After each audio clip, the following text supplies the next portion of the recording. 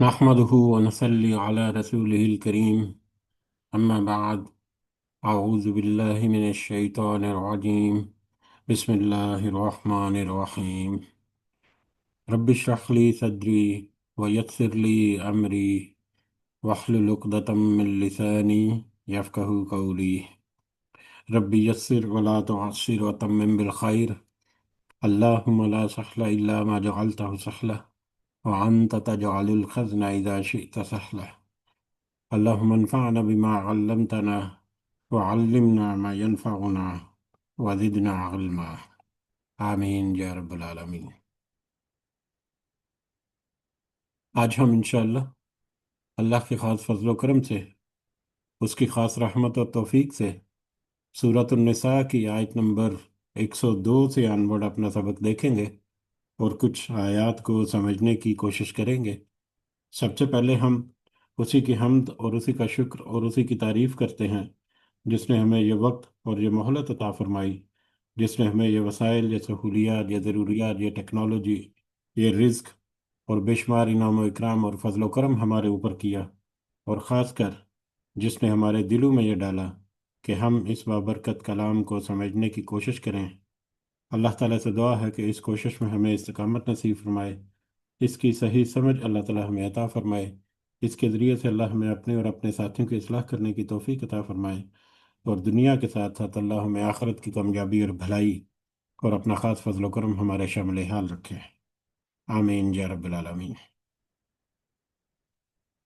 ہماری پچھلی قرآن کی مجلس میں جو آیت نمبر 101 101 نمبر آیت کو ہم نے سمجھنے کی کوشش کی، ہم نے دیکھا اس سے پہلے جو موضوع، ایک سلسلہ جو چل رہا ہے، وہ جہاد، قتال، اللہ کے راستے میں نکلنے کے بارے میں، اور دیگر جہاد کی دیگر شکلوں کے ساتھ ساتھ بطور خاص اللہ کے راستے میں تلوار یا اپنا ہتھیار لے کر، اسلحہ لے کر نکلنے کی جو اہمیت اور فضیلت اور اس کی تاکید جو ہے وہ ہمیں ملتی ہے۔ اور اسی سلسلے سے جڑی آیت نمبر 101، جس میں پھر اللہ تعالیٰ نے فرمایا کہ جب تم کسی ایسے سفر پر نکلو جس میں تمہیں دشمن کا خوف ہو، تو پھر تم اپنی نماز کو قصر کر لیا کرو، مختصر کر لیا کرو۔ بعد میں پھر اسی آیت کے ریفرنس سے جب نبی کریم صلی اللہ علیہ وسلم سے مزید استفسار کیا گیا، تو پھر نبی کریم صلی اللہ علیہ وسلم نے فرمایا کہ یہ تو اللہ تعالیٰ کی طرف سے تحفہ ہے، نہ صرف میدان جنگ کے لیے نکلنا سفر کرنے کے لیے، بلکہ کسی بھی قسم کا تمہارا سفر ہو، چاہے تم دنیاوی مقصد کے لیے سفر کرو یا اللہ کے دین کے راستے کے لیے سفر کرو، دونوں صورتوں میں تمہارے لیے یہ اللہ تعالیٰ کی طرف سے صدقہ ہے، اللہ تعالیٰ کی طرف سے تحفہ ہے کہ تم سفر میں نماز کو قصر کر لیا کرو، مختصر کر لیا کرو۔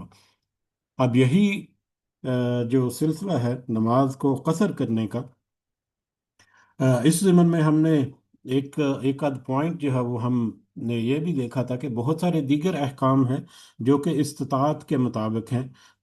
جب بہت سارے ایسے احکام ہیں جب تک استطاعت ہے اس میں وہ کرنے ضروری ہیں، جیسے کہ زکوٰۃ وغیرہ ہے، کہ اگر ایک نصاب کی حد سے زیادہ کسی کے پاس مال ہے یا وسائل ہیں تو اس کے اوپر زکوٰۃ فرض ہے، اگر اس سے کم ہے تو پھر زکوٰۃ جو ہے وہ نہ دینا اس کے لیے مطلب اس کے اوپر لاگو ہی نہیں ہوتی۔ ایسا نہیں کہ اس میں چلو کمی بیشی کر لی کہ اتنا تمہارا نصاب بنتا ہے، چلو تھوڑا سا کم نصاب بھی ہے تو اس میں تھوڑی کم زکوٰۃ دے دی جائے، نہیں، بالکل ہی چھوٹ دے دی۔ اور بہت سارے ایسے احکام ہیں جن کے اوپر پھر تھوڑی سی آسانیاں پیدا فرمائیں کہ چلو مطلب اگر ان حالات میں ہے، تھوڑا سا مشکل حالات ہیں، تو اس میں تھوڑی سی نرمی برتی جا سکتی ہے، جیسا کہ رمضان کے روزے کے سلسلے میں بھی ہے، دیگر بہت سارے احکامات ہیں کہ اس کو قضا کیا جا سکتا ہے اگر وقت پر نہیں رکھا جا سکتا کسی سفر کی وجہ سے، کسی دیگر شرعی مجبوری کی وجہ سے، تو اس کو بعد کی کسی وقت میں قضا کیا جا سکتا ہے۔ لیکن نماز ایک ایسی چیز ہے جس کے لیے اللہ تعالیٰ نے بہت ساری نرمیاں بھی پیدا کیں، بہت ساری آسانیاں پیدا کیں کہ جس وقت بھی تم جس طرح کے بھی حالات میں ہو، تم اس کے مطابق ان استثناء حاصل کرके तुम खड़े होकर नहीं पढ़ सकते तो बैठ कर पढ़ लो, बैठ कर नहीं पढ़ सकते लेट कर पढ़ लो, इशारे से पढ़ लो, लेकिन पढ़नी ज़रूर है। और इसमें आसानियाँ इस कदर की, और इन आसानियों में हम देखेंगे तो कि नमाज किसी इंतहाई सूरत में मौखर तो ज़रूर हो सकती है, लेकिन क़ज़ा नहीं हो सकती। हमारे यहाँ नमाज के बारे में तसव्वुर है कि क़ज़ा कर ली जाती है, नमाज जो है बाद में देखेंगे, या बाद में नमाजें पूरी कर ली जाती हैं। लेकिन कज़ा करने का नमाज के बारे में तसव्वुर जो है वो उस तरह से वाज़े नहीं है, उस तरह से नहीं। लेकिन मौखर, वो भी एक्सट्रीम कंडीशन में, जो कि आज की आयत में हम देखेंगे। नमाज की अहमियत का हमें अंदाज़ा जो है वो इससे होगा कि आज की आयत में हम देखेंगे कि किस कदर मुश्किल और किस कदर कठिन हालात के बावजूद अल्लाह ताला ने नमाज के तरीके में या नमाज की अदायगी को मज़ीद आसान कर दिया, मज़ीद उसको सहूलत दे दी। और इससे भी बढ़कर अगर हालात हैं तो इसको मैक्सिमम मौखर करने का हमें जो रिवायात मिलती हैं, लेकिन उसको कज़ा करने का जैसे होता है कि बाद में कभी अदा कर लिए, वो नहीं। जैसे ही मतलब जैसे ही हम एक अमन की हालत में आए, या जैसे ही हम इस हालत में आए कि हम नमाज अदा कर सकते हैं, तो फौरन ही हमें नमाज अदा करनी है। सबसे पहला काम हमारा नमाज अदा करने का है। एक तो जैसे आज के सबक में हम देखेंगे कि जंग के हालात में इस कदर मुश्किल हालात हो गए, एक रिवायात के सिलसिले में हम देखेंगे कि नमाज जो है वो वक्त पर अदा नहीं हो सकी। तो जैसे ही वो वक्त गुजरा तो सबसे पहले नमाज अदा की गई। इसके अलावा कुछ और सहूलतें जो है वो हमें मिलती हैं हमारी कुछ बहुत सारी रिवायात में, कि जैसे सुबह की नमाज अगर फजर के लिए अगर आंख नहीं खुली, तो जैसे ही सुबह के वक्त आंख खुले तो फौरन जो है वो नमाज अदा करने का, मौखर करने का हो सकता है, वो भी एक्सट्रीम कंडीशन में। लेकिन कज़ा करने की कोई कंसेप्ट जो है वो उस तरह से हमें अपने जहनों में कोई तसव्वुर जो है वो नहीं रखना चाहिए। और दूसरा, फिर नमाजों के क़याम का जो एक तसलसल है, कि एक एक तरतीब के साथ जो नमाजें अदा की जाए। फजर है, फजर के बाद ज़ोहर है, ज़ोहर के बाद असर है, असर के बाद मगरब है, मगरब के बाद इशा है, इशा के बाद फिर अगली फजर है, ज़ोहर है, असर है। ठीक है, अगर किसी के मगरब की नमाज के वक्त में उससे मतलब फजर और ज़ोहर की नमाज अगर उसकी मिस हो चुकी, तो फिर मगरब के वक्त में वो पहुंच चुका, तो पहले वो मिस हुई नमाज जो है वो उसी तरतीब के साथ अदा करेगा। यानी जोहर की नमाज पहले अदा करेगा, फिर मगरिब असर की करेगा, उसके बाद फिर मगरिब की। ये तसलसल जो है इसको भी बरकरार रखना चाहिए, ये भी एक अहम जुज़ है। तो ये सारी बातें जो हैं, इनको अगर जमा करें और मुख्तलिफ पहलुओं से अगर हम गौर करने की कोशिश करें, तो हमें अंदाज़ा होता है कि नमाज की अदायगी, उसके वक्त के ऊपर अदा करना, और अगर वक्त के ऊपर अदा नहीं कर सके तो मौखर भी करके ज़रूरी है। लेकिन हर हाल में नमाज की अदायगी जो है वो ज़रूरी है। लेकिन हमारे यहाँ क्या होता है बशूमुल मेरे, कि नमाज के लिए हमने बिल्कुल आखिरी हरबे जो है वो इस्तेमाल करने हैं। वुज़ू करने में ताख़ीर करना है, उठने में ताख़ीर करना है, जमात शुरू हो गई मेरी तरह से, मेरे लिए ज़रूर दुआएं करें अल्लाह ताला मुझे भी कुछ तौफीक दे कि मतलब कुछ इस चीज़ का आपके सामने तो तज़किरा कर रहा हूँ, अल्लाह ताला मुझे भी तौफीक अता फरमाए कि नमाज को सही वक्त पर अदा करना, फिर खुशी व खुजू के साथ अदा करना। अल्लाह ताला ने तो हमें इतने अच्छे माहौल और हालात दे रखे हैं। हमें रिवायात से अंदाज़ा होगा कि किस कदर मुश्किल हालात में भी नबी करीम सल्लल्लाहु अलैहि वसल्लम ने नमाज पढ़ाई, और सहाबा कराम ने उसको फिर फॉलो किया, और बाद में आने वाले जो सहाबा कराम है वो भी फिर उसको फॉलो करते रहे।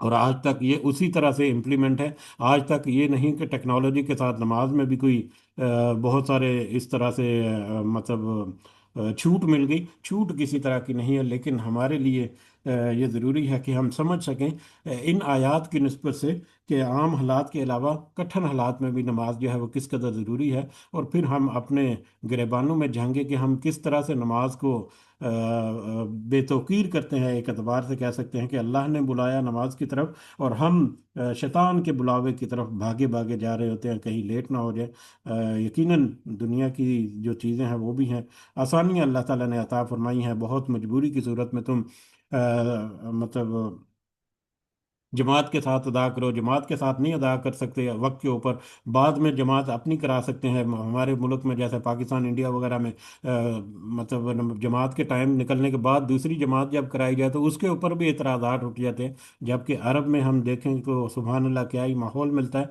कि कई दफ़ा एक नमाज जो है वो जमात के बाद दूसरी जमात, फिर तीसरी जमात, चौथी जमात, एक चेन चलती नज़र आती है। तो इस्लाम की बहुत सारी खूबसूरतियाँ हैं, बहुत सारी आसानियाँ हैं जो भी हमारे फ़राइज़ हैं उनको अदा करने में। और नमाज के सिलसिले में भी बहुत सारी अल्लाह ताला ने आसानियाँ दी, लेकिन छूट किसी तरह की नहीं है। इससे भी हमें अंदाज़ा होना चाहिए कि नमाज जो है वो आखिरत में किस कदर इम्पोर्टेंट होगी हमारे लिए, कि जिसके बगैर हमारा छुटकारा मुमकिन नहीं होगा।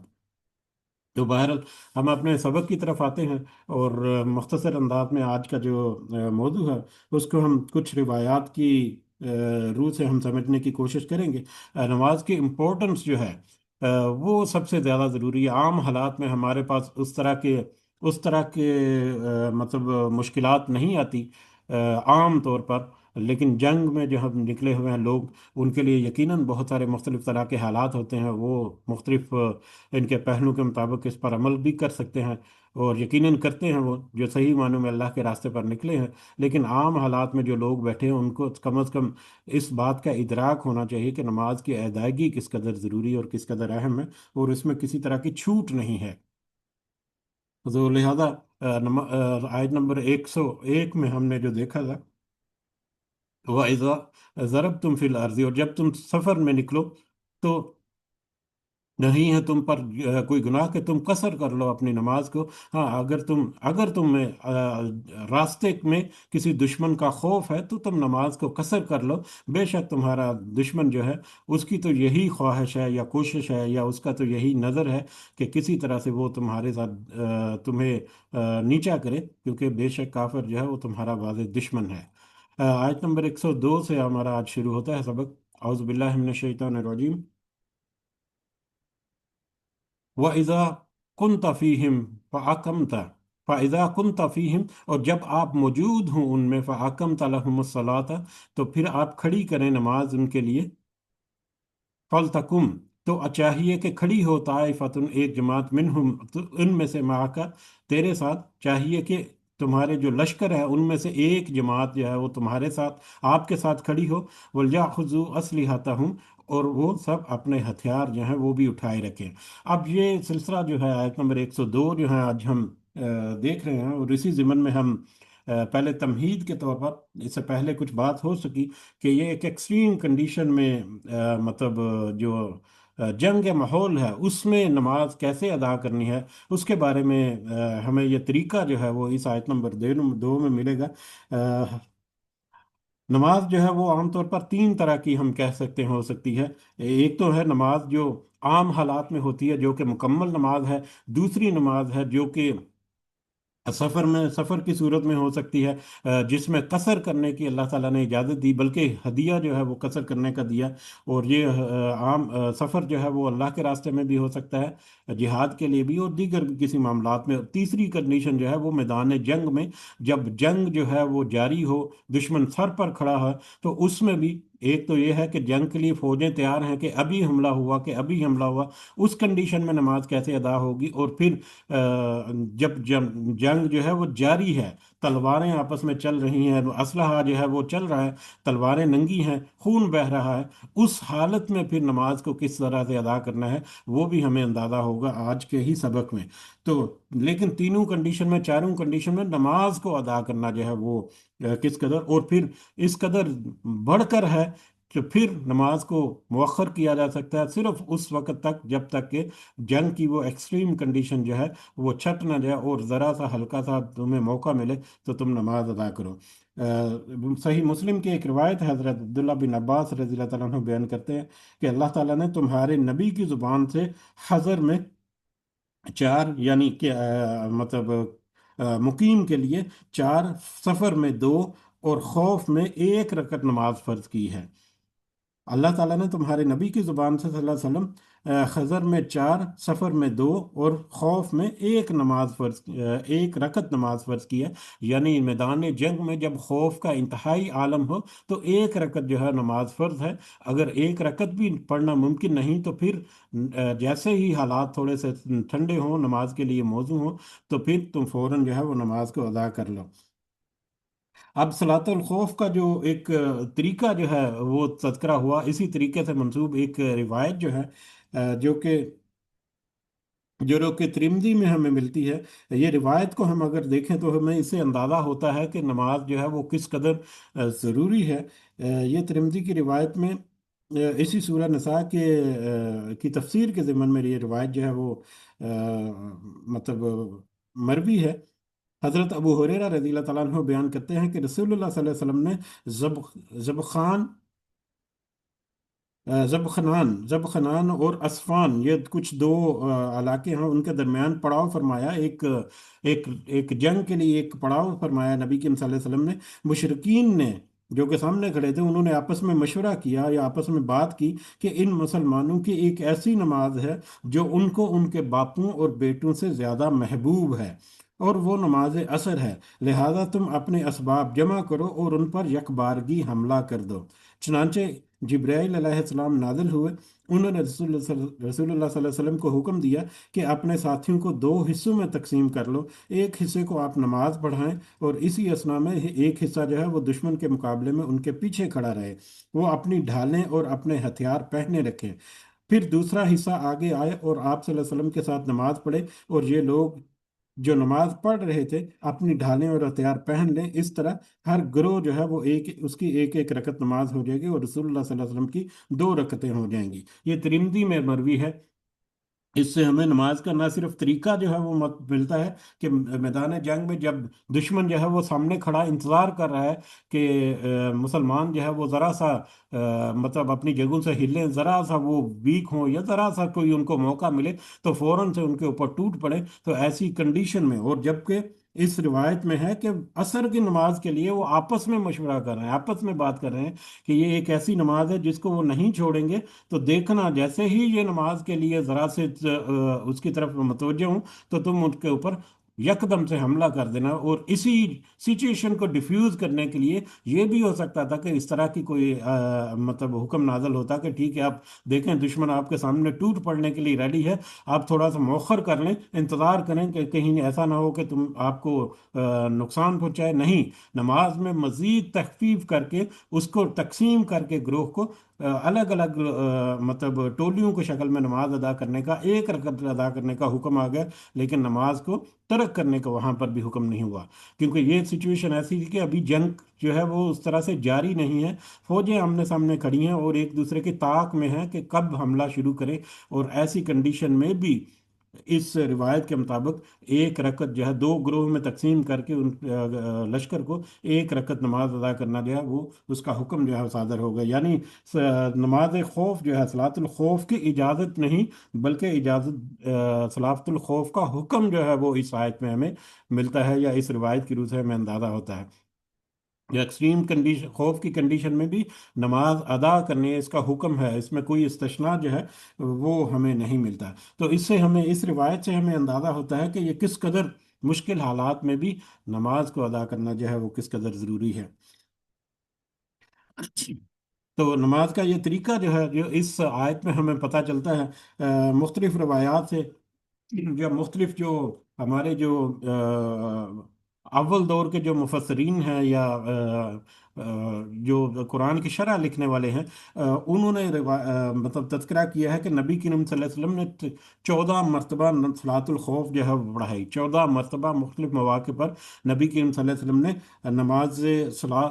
नमाज खौफ जो है या सलातुल खौफ जो है वो अदा फरमाई। और फिर सलातुल खौफ के बारे में जितनी रिवायात या जितनी अहादीस हैं वो सारी की सारी सही हैं, उनमें किसी किस्म का कोई इबहाम या कोई शक व शुबा भी नहीं है। सारी सही सनद के साथ मजबूत रिवायात या मजबूत अहादीस हैं वो। اور پھر مختلف طریقے جو ہیں نا صلاۃ الخوف کے، وہ نبی کریم صلی اللہ علیہ وسلم کی ان روایات سے ہمیں ملتی ہیں۔ حالات کے مطابق، جس طرح کے حالات ہیں یا جس طرح کے معاملات چل رہے ہیں، اس کے مطابق نماز خوف جو ہے وہ ادا کرنا ہو جاتا ہے۔ اس میں ایک طریقہ تو یہ ہے کہ فوج کا ایک حصہ امام کے ساتھ نماز پڑھے اور دوسرا حصہ جو ہے دشمن کے مقابلے پر رہے، دو حصوں میں تقسیم کرنا ہے۔ اسی آیت میں، آیت نمبر 102 میں ہمیں ملے گا کہ دو حصوں میں لشکر کو تقسیم کیا جائے۔ پہلا طریقہ یہ ہے کہ ایک حصہ جو ہے، یا ایک لشکر کا ایک حصہ جو ہے وہ امام کے ساتھ نماز پڑھے اور دوسرا حصہ دشمن کے مقابلے پر رہے۔ پھر جب ایک رکعت پوری ہو جائے تو پہلا حصہ سلام پھیر کر چلا جائے اور دوسرا حصہ جو ہے وہ آ کر دوسری رکعت میں امام کے ساتھ نماز پوری کر لے۔ اس طرح امام کی دو رکعتیں کی ہوگی اور فوج کی ایک ایک رکعت ہوگی، جیسا کہ یہ آیت نمبر 102 میں ہمیں طریقہ ملتا ہے کہ امام کے پیچھے ایک رکعت ادا کر کے وہ سلام پھیر کر چلا گیا ایک گروہ، پھر دوسرا گروہ آ گیا، نماز امام جو ہے اس نے سلام نہیں پھیری، مقتدی نے سلام پھیر لی لشکر نے، پھر لشکر جا کر دوسرا گروہ آ گیا اور اس نے پھر امام کے پیچھے امام کی دوسری رکعت میں انہوں نے اپنی پہلی رکعت شروع کی، امام کے ساتھ وہ سلام پھیریں گے۔ اس طرح سے امام کی دو رکعتیں اور جو لشکر ہے ان سب کی ایک ایک رکعت جو ہے وہ پوری ہو جائے گی۔ دوسرا طریقہ یہ ہے کہ اگر امام کا امام ایک حصہ جو ہے وہ ایک رکعت پڑھے امام کے پیچھے، پھر وہ چلا جائے، پھر دوسرا حصہ آ کر ایک ایک رکعت امام کے پیچھے پڑھے، پھر دونوں حصے باری باری آ کر چھوٹی ہوئی ایک ایک رکعت جو ہے وہ بطور خود ادا کر لیں۔ پہلی طریقے میں ایک ایک رکعت ادا کرنا ہے، دوسرے طریقے میں یہ ہے کہ امام کے ساتھ ایک رکعت با جماعت اور پھر ایک رکعت بعد میں الگ سے پوری کر کے دو دو رکعتیں سب کی پوری ہو جائیں گی۔ اسی طرح سے تیسرا طریقہ جو ہے وہ امام کے پیچھے فوج کا ایک حصہ دو رکعتیں ادا کرے اور تشہد کے بعد امام جو ہے وہ بیٹھا رہے، جبکہ تشہد میں بیٹھا رہے، جبکہ جو لشکر کا ایک حصہ ہے وہ سلام پھیر کر چلا جائے، دوسرا لشکر جو ہے وہ لشکر کا دوسرا حصہ آ جائے اور وہ پھر امام کے پیچھے کھڑا ہو جائے، اور تیسری رکعت جب امام شروع ہو تو تیسری رکعت سے امام کی تیسری رکعت اور لشکر کے دوسرے حصے کی پہلی رکعت ہو گئی، اور اس طرح سے پھر امام جو چار رکعتیں جب پوری کرے گا تو دوسرے لشکر کی بھی دو دو رکعتیں ہو جائیں گی۔ اس طرح سے دو دو رکعتیں جو ہیں وہ لشکر نے پڑھی اور چار رکعتیں امام نے ادا کی۔ اسی طرح سے چوتھا طریقہ کہ فوج کا ایک حصہ امام کے ساتھ ایک رکعت پڑھے اور جب امام دوسری رکعت کے لیے کھڑا ہو تو مقتدی بطور خود ایک رکعت ما تشہد پڑھ کر سلام پھیر لیں، پھر دوسرا حصہ آ کر اس حال میں امام کے پیچھے کھڑا ہو کہ ابھی امام دوسری ہی رکعت میں ہو، اور یہ لوگ بقیہ نماز امام کے پیچھے ادا کرنے کے بعد ایک رکعت خود پڑھ لیں۔ اس صورت میں امام کو بھی دو دو رکعتیں ملیں گی اور جو لشکر ہے اس کو بھی دو دو رکعتیں ملیں گی۔ یہ تو مختلف طریقے جو ہیں، یہ صحیح سند احادیث جو ہیں ان سے ہمیں ملتے ہیں، چھ سات طریقے جو ہیں وہ نماز خوف پڑھنے کے ملتے ہیں روایات میں جی۔ لیکن ایک جو طریقہ ہے جس کو میں بطور خاص اسی کنٹیکٹ میں یا انہی حدیث کے الفاظ یا ترجمہ میرے سامنے جو موجود ہے ان کے ساتھ میں تذکرہ کرنا چاہوں گا۔ یہ صحیح مسلم کی روایت ہے حضرت جابر رضی اللہ تعالیٰ عنہ سے۔ یہ سمجھ لیں کہ پانچواں طریقہ ہے، یا بہت سارے طریقوں میں سے یہ ایک طریقہ ہے نماز ادا کرنے کا، صلاۃ الخوف۔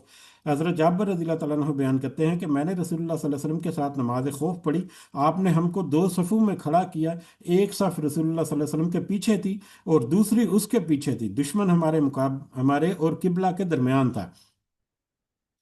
یہ حدیث جو ہے کافی لمبی ہے، اس کو میں اگر اپنے الفاظ میں مختصر انداز میں ادا کرنے کی کوشش کروں تو سمجھنے کے لیے کہ اس حدیث میں ہے کہ نبی کریم صلی اللہ علیہ وسلم نے اس وقت جب کہ دشمن جو ہے وہ سامنے کھڑا ہے، دشمن سامنے کھڑا ہے اور دشمن اس رخ کھڑا ہے کہ جو قبلہ رخ ہے، تو نبی کریم صلی اللہ علیہ وسلم نے جو لشکر تھا اس کی دو صفیں بنوائی، لشکر کی دو صفیں بنوا کر انہوں نے نماز ادا کرنا شروع کی، اللہ اکبر کا، سب نے اللہ اکبر کیا، سب نے نماز کی نیت باندھ لی، شروع کی۔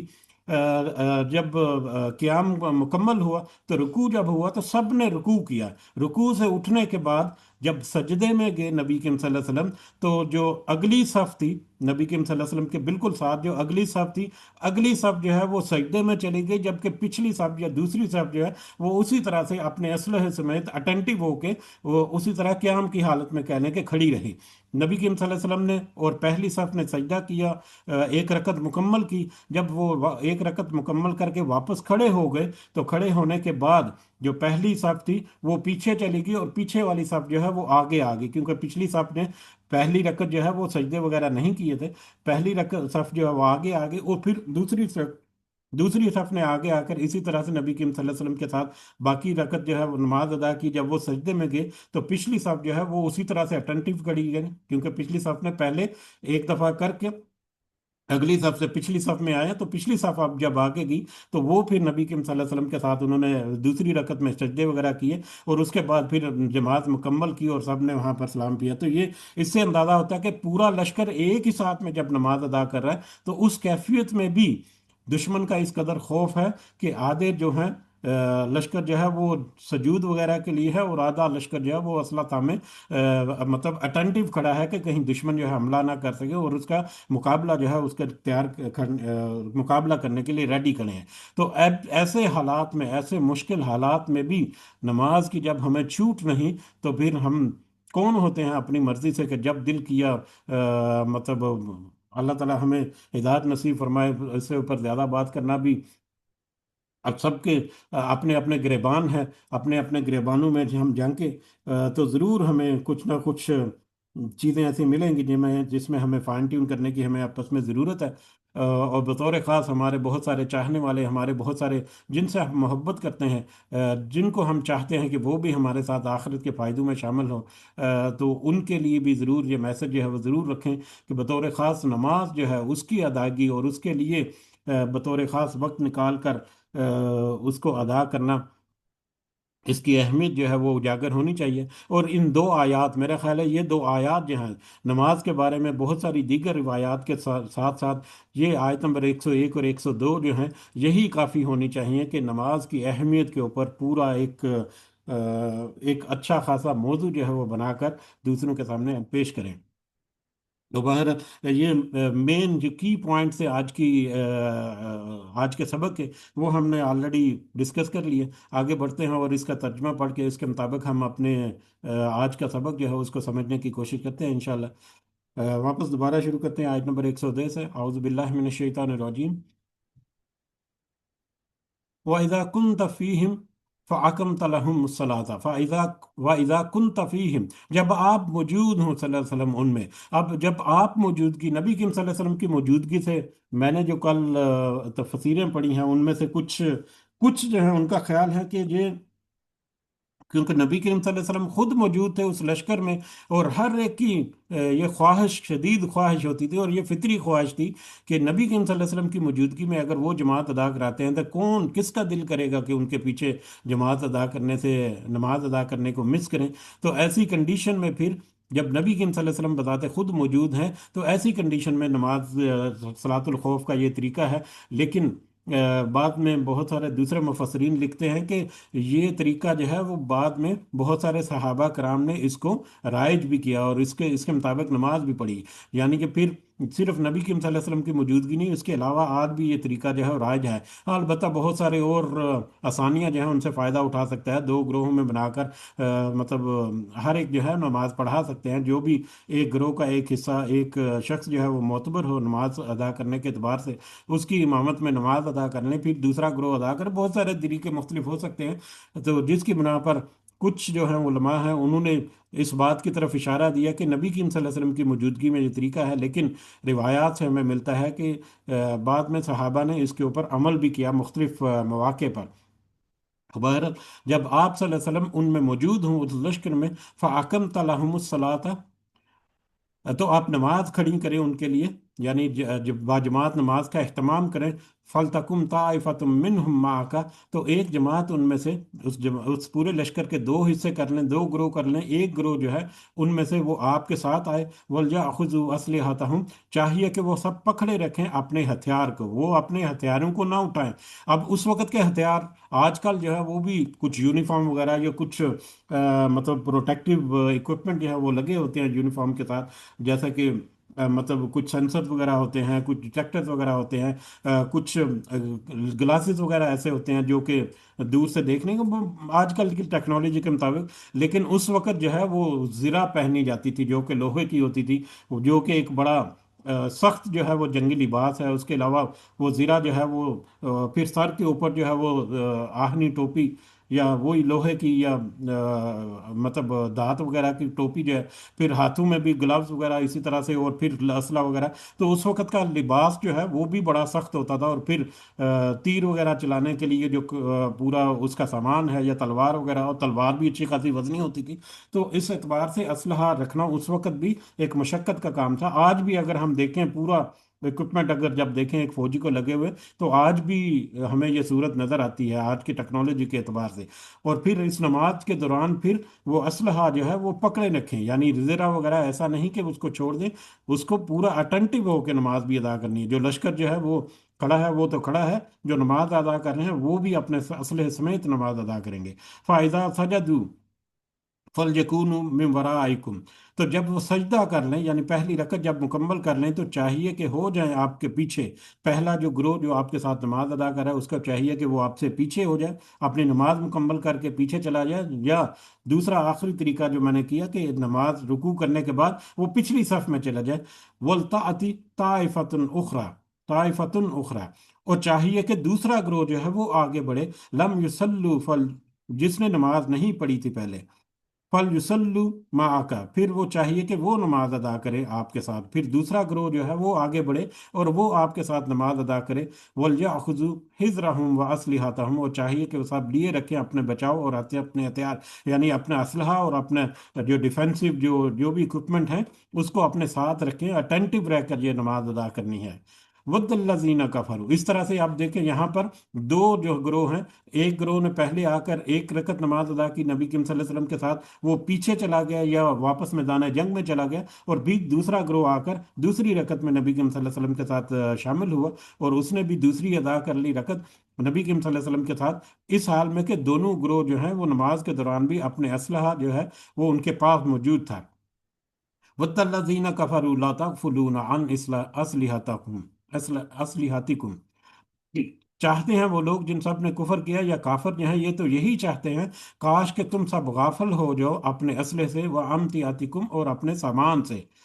یہ دشمن جو ہے وہ تو یہی اسی طاق میں ہے کہ تم کہیں کسی وقت اپنے اسلحے اور اپنے سامان سے ذرا سا غافل ہو جاؤ. فَلْيَمِيلُونَ عَلَيْكُمْ مَيْلَةً وَاحِدَةً. تو وہ سب ٹوٹ پڑیں تم پر ایک دم ٹوٹ پڑنا، کہ وہ ذرا سا تم اپنے ذرا سا دھیان تمہارا بٹے تو وہ آ کر تم پر ٹوٹ پڑے. وہ تو اسی طاق میں ہے، اسی انتظار میں ہے. اور یہی اس حدیث یا اس روایت کا خلاصہ جو کہ ہم نے ابھی حضرت جبرائیل علیہ السلام کے ذریعے سے حکم جو نازل ہوا، اسی تناظر میں ہم دیکھتے ہیں کہ عصر کے وقت انہوں نے آپس میں ایک مشورہ کیا کہ دیکھو کہیں یہ ان کی نماز جو ہے بڑی ان کو پسندیدہ ہے، بڑی مرغوب ہے، اس کو وہ نہیں چھوڑیں گے. دیکھو ذرا نظر رکھنا، جیسے ہی یہ نماز کے لیے ذرا سا ادھر ہوں گے، اپنے اسلحے سے غافل ہوں گے، تو ان کے اوپر ٹوٹ پڑنا. یہ پوری تیاری میں تھے، لیکن اللہ تعالیٰ نے حضرت جبرائیل علیہ السلام کے ذریعے سے کہنے کہ نہ صرف دشمن کا پورا جو ان کا جو ایک ارادہ تھا وہ بھی ظاہر کر دیا، بلکہ نماز کا طریقہ جو ہے وہ بھی ادا کر دیا. اور آج بھی اگر ہم دیکھیں تو اسلحے کی حفاظت جو ہے وہ سب سے زیادہ اس آیت میں دیکھیں، اسلحے کی حفاظت جو ہے اس کے یا اسلحے سمیت آنا جو ہے وہ سب سے زیادہ امپورٹنٹ ہمیں نظر آتا ہے نماز کے علاوہ دوسرا. اور آج بھی اگر ہم دیکھیں تو جب دشمن فوجی نے اب آپس میں ملتی ہیں تو سب سے پہلے ان کی یہ کوشش ہوتی ہے کہ کہیں کسی طرح سے ان کے اسلحے کا ڈپو یا اسلحے کے گودام وغیرہ جو ان کو تباہ کریں، تاکہ ان کو بیکنگ سپورٹ جو ہے وہ ختم ہو، یا لاجسٹک جو ہے ان کی وہ تباہ ہو جائے، تاکہ ان کو پیچھے سے سپورٹ نہ ملے اور ہم آسانی سے ان کے اوپر قابو پا سکیں. تو اسلحے کو اس کے لیے تیار رکھنا، اس کو ہر وقت مطلب ایکٹیو رکھنا، اور پھر اس کی حفاظت کے انتظامات کرنا، اس کا ہمیں دوسرا جو پہلو جو ہے وہ ان آیات سے ہمیں ملتا ہے. ولا جناح علیکم. اور نہیں ہے تم پر گناہ، ان کان بکم اذن، کہ اگر ہم کو تکلیف میں، من مطرن، بارش کی وجہ سے، او کن تم مردہ، یا ہو تم بیماری میں، ان ان تضعوا، کہ تم سب اتار رکھو اسلحتکم، اپنے اسلحے کو. تمہارے لیے اگر कोई तकलीफ हो, बारिश की वजह से तुम्हें कोई परेशानी हो जाए या बीमारी की सूरत में, तुम्हारे लिए इजाज़त है कि तुम अपने असलहे के उतार लो। व खुजू खिजराकुम, और देखो सब लिए रखो अपने बचाव का सामान, अपना डिफेंसिव इक्विपमेंट जो है या अपना सेफ्टी जो इक्विपमेंट है वो अपने साथ ज़रूर रखो। असलहा जो है वो बेशक तुम उतार लो इस मजबूरी की वजह से, लेकिन अपने बचाव का सामान, अपनी सेफ्टी का, अपने प्रिवेंटिव मेजर जो है वो पूरे रखने हैं। यानी ज़ीरा वगैरह अगर कोई पहनी है या कोई हैवी यूनिफॉर्म वगैरह पहना है तो वो बेशक तुम लूज कर लो या उसका कुछ हिस्सा जो है वो उतार लो, अपना जिस्म को थोड़ी सी आसानी देने के लिए। लेकिन डिफेंसिव जो प्रोटेक्टिव तुम्हारे पास जो भी हथियार हैं, जैसे उस वक्त के साथ ढाल वगैरह होती थी जो तीर या तलवार से बचने के लिए, और आजकल के एतबार से भी बहुत सारे ऐसे इक्विपमेंट हैं, तो उनको कम से कम अपने पास ज़रूर रखो ताकि तुम अपने बचाव का सामान जो है वो हमेशा रखना है। अब ये सिचुएशन है बारिश की वजह से, उस वक्त ज़ीरा जो है वो बारिश की वजह से अगर कपड़े गीले हुए तो बहुत मुश्किल हो जाता। लेकिन और बीमारी जो है उसमें भी उसकी वजह से कोई तकलीफ जो रहती। ये सिचुएशन जो है ये दोनों तरफ हो सकती है, बारिश अगर है तो दोनों तरफ, यानी दुश्मन जो है उसके लिए भी इसी तरह से हालात होंगे, और कोई बीमारी वगैरह है तो उसमें भी तुम्हारे लिए इजाजत है, लेकिन अपने प्रोटेक्शन जो है उसका तुमने जरूर एहतमाम रखना है। इन अल्लाह आद्दा लिल काफिरीन अज़ाब मुहीन, बेशक अल्लाह ने तैयार कर रखा है सब काफिरों के लिए अजाब रसवा कुन। बेशक अल्लाह ने इन काफिरों के लिए जिनकी वजह से तुम्हारे ऊपर इस कदर मुश्किल हालात हैं, और जिसकी वजह से तुम इस कदर मुश्किल और कठिन हालात में नमाज अदा करने पर मजबूर हो, इन काफिरों के लिए तो उनके लिए तो अल्लाह ताला ने रसवा कुन अजाब जो है वो तैयार कर रखा है। और ये आखिरत के अजाब की तरफ इशारा है। दुनिया का अजाब जो है वो भी हो सकता है, सजाएं वगैरह जो भी उनको मतलब तकलीफ़ें पहुंची, लेकिन दुनिया में तो तकलीफ़ें दोनों को पहुंच रही हैं। आखिरत का अजाब जो है उसके बतौर ख़ास यहाँ पर तذकरा है। फ़ायदा कज़ई तुम सलात सलाता, फिर जब तुम नमाज अदा कर चुको, फज़कुरुल्लाह क़ियामन व क़ुऊदन, तो तुम सब जिक्र करते रहो अल्लाह का उठते हुए और बैठते हुए, व अला जुनूबिकुम, और अपने पहलुओं के बल यानी लेटे हुए। जब तुम नमाज अदा कर चुको, अब नमाज के बाद अज़कार जो है उनकी अहमियत जो है वो भी यहाँ पर हमें अंदाज़ा होती है कि जब तुम नमाज अदा कर सको। अब यहाँ पर कोई वादे नहीं है कि कौन सी कब का कौन सी नमाज अदा करने का है। और पिछला तसलसल जो है या एक सीरीज जो चलती आ रही है उसको अगर हम सामने रखें तो अंदाज़ा होता है कि ये जंग के दौरान जो तुमने इतने कठिन हालात में नमाज अदा की है, उस नमाज अदा करने के बाद तुम अल्लाह का जिक्र जो है उसको अपने मुंह पर, अपने होंठों पर जारी और सारी रखो। अपने दिल में अपने जिक्र से रोशनी जो है वो उसको ज़रूर तुम मतलब रोशन करके रखो अपने दिलों को अल्लाह के जिक्र से। तो इससे हमें नमाज के बाद अल्लाह के अज़कार जो है उसका भी अंदाज़ा होता है। नमाज जिस भी हालात में पढ़ी उसके बाद जिस भी मिशन पर हैं, चाहे वो सरहद पर खड़े हैं, चाहे तलवारों हाथ में खड़े हैं, चाहे वो घोड़ों पर मतलब तलवार जनी हो रही है, मुकाबला हो रहा है, जो भी हालात हैं, तुम अल्लाह का जिक्र जो है वो अपने होंठों पर और अपने दिल में ज़रूर अपनाए रखो।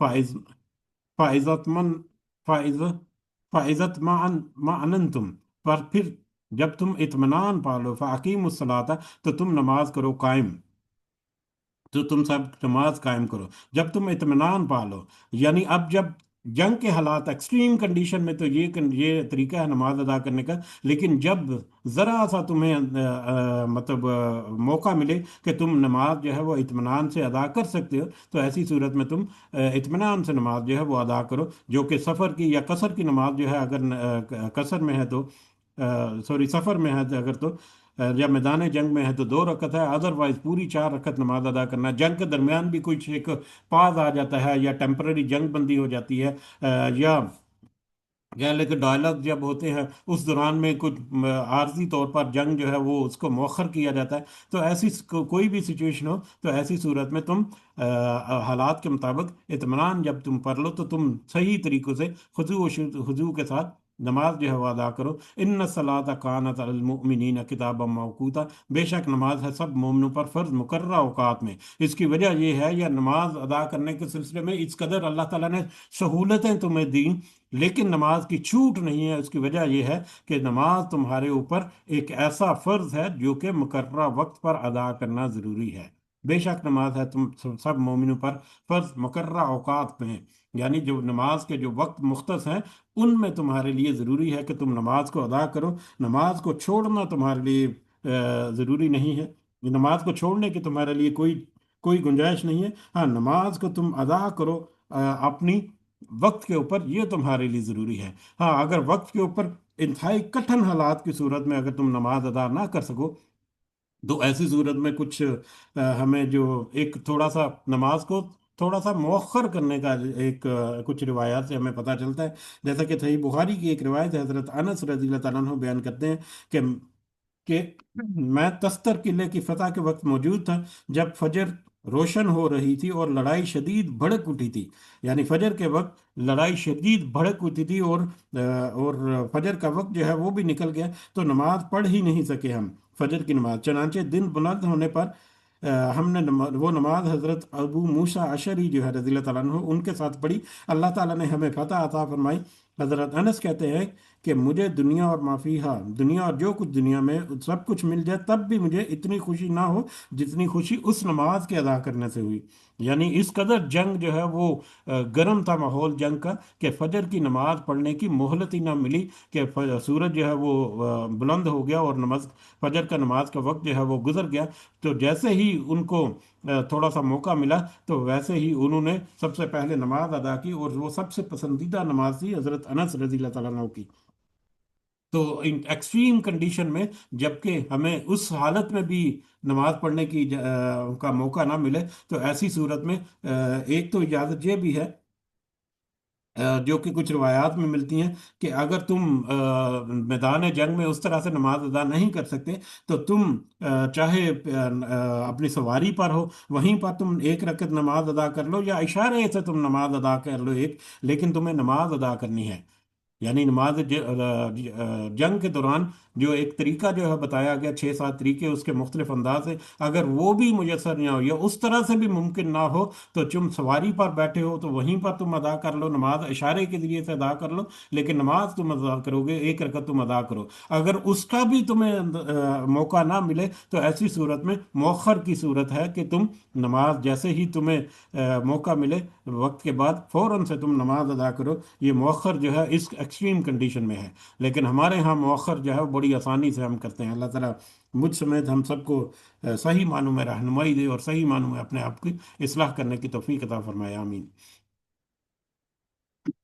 वला ताहिनु फी इब्तिगाइल कौमी, और ना तुम कमजोरी दिखाओ दुश्मन दुश्मन कौम का पीछा करने में। देखो, अपने दुश्मन का पीछा जो है उसको तुम ना छोड़ना, उसमें तुम कमजोरी ना रखना। अब दुश्मन के पीछा जो है उसमें कमजोरी ना दिखाना, इसके बहुत सारे पहलू नजर आते हैं। एक तो मैदान जंग में जब दुश्मन जो है वो जिस जिस अंदाज से तुम्हारे पास लड़ रहा है, किस टेक्नोलॉजी से, किस टेक्निक से कर रहा है, उसको तुम जरूर नजर में रखो। अगर दुश्मन की चालें जो हैं उनको तुम अपनी नजर में रखो, या एक जंग की एक्सट्रीम कंडीशन या आम जो हालात में जंग जंग होता है, हम हालत जंग में जिसको हम कहते हैं, आम हालात में भी उस वक्त भी दुश्मन जो है वो किस तरह से तैयारी कर रहा है, क्या टेक्निक इस्तेमाल कर रहा है किस तरह से नए तरीके ईजाद कर रहा है जंग करने के, ये सारे के सारे पहलू जो हैं वो इसमें आ जाते हैं, कि तुम अपने दुश्मन का पीछा करने में कमजोरी मत दिखाना। अपने दुश्मन के यानी अपनी टेक्नोलॉजी, अपनी टेक्निक, अपने जो तरीका है जंग करने का, उसको तुम हमेशा अपग्रेडेड वर्जन में रखना, अपग्रेडेड फॉर्म में रखना।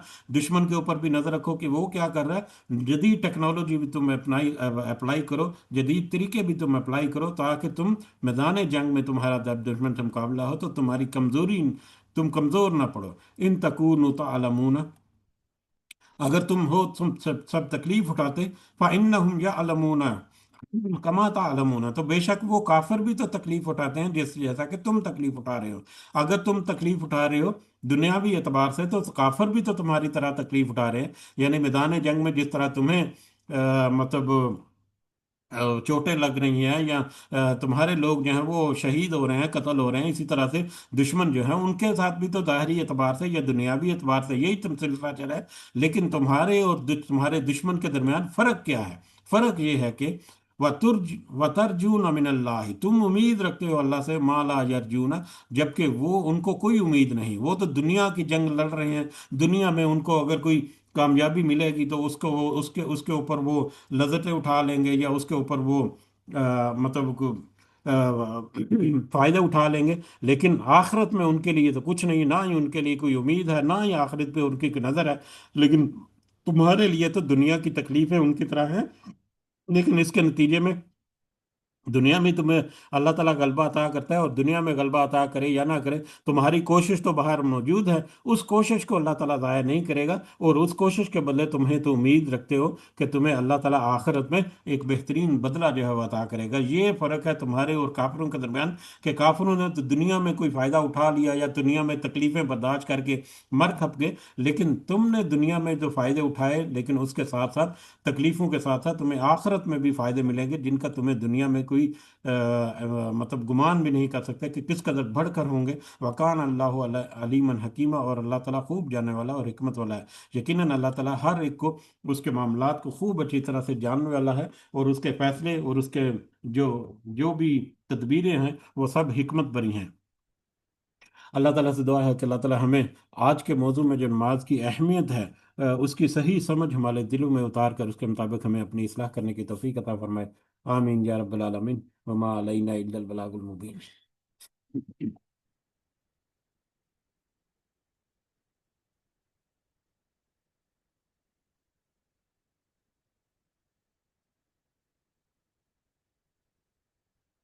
جی، اس کے ساتھ ہی اجازت چاہتے ہیں۔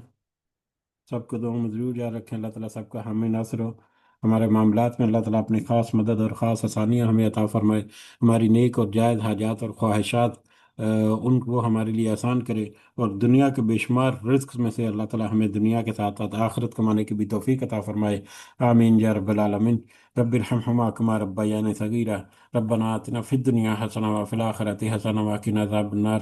ربنا ظلمنا انفسنا وإن لم تغفر لنا وترحمنا لنكونن من الخاسرين۔ ربنا تقبل منا إنك أنت السميع العليم وتب علينا إنك أنت التواب الرحيم۔ سبحان ربك رب العزة عما يصفون، وسلام على المرسلين، والحمد لله رب العالمين۔ سبحانك اللهم وبحمدك نشهد أن لا إله إلا أنت نستغفرك ونتوب إليك۔ جزاكم الله خيرا كثيرا۔ السلام عليكم ورحمة الله وبركاته۔